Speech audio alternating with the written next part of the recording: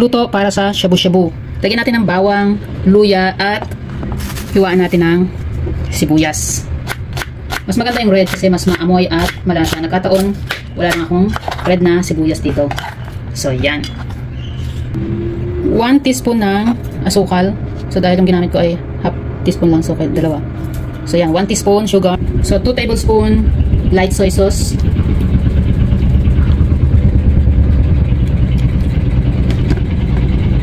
At 1 tablespoon oyster.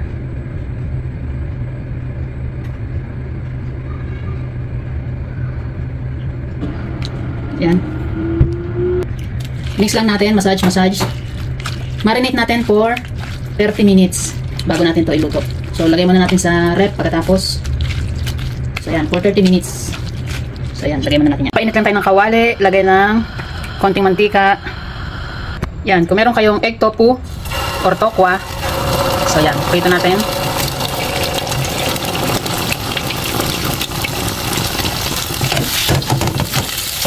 Kailangan mainit talaga yung kawali para hindi siya magdikit-dikit.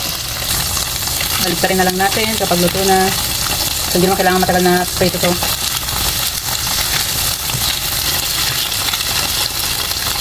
So, yan. Set aside nyo lang yan. Tsaka natin ilagay yung karne na minarinate natin sa fridge o 30 minutes or above or more than.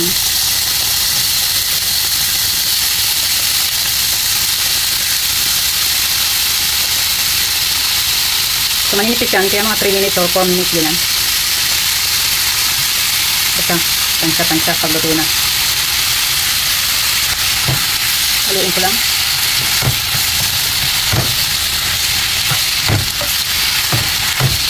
Lagay ko yung the rest ng ingredients.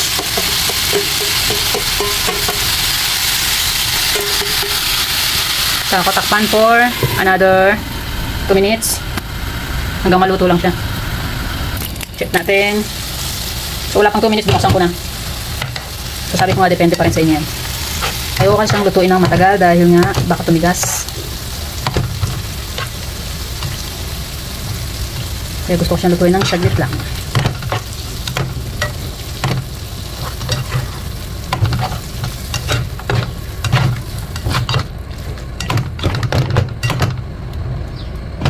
Takpan ulit.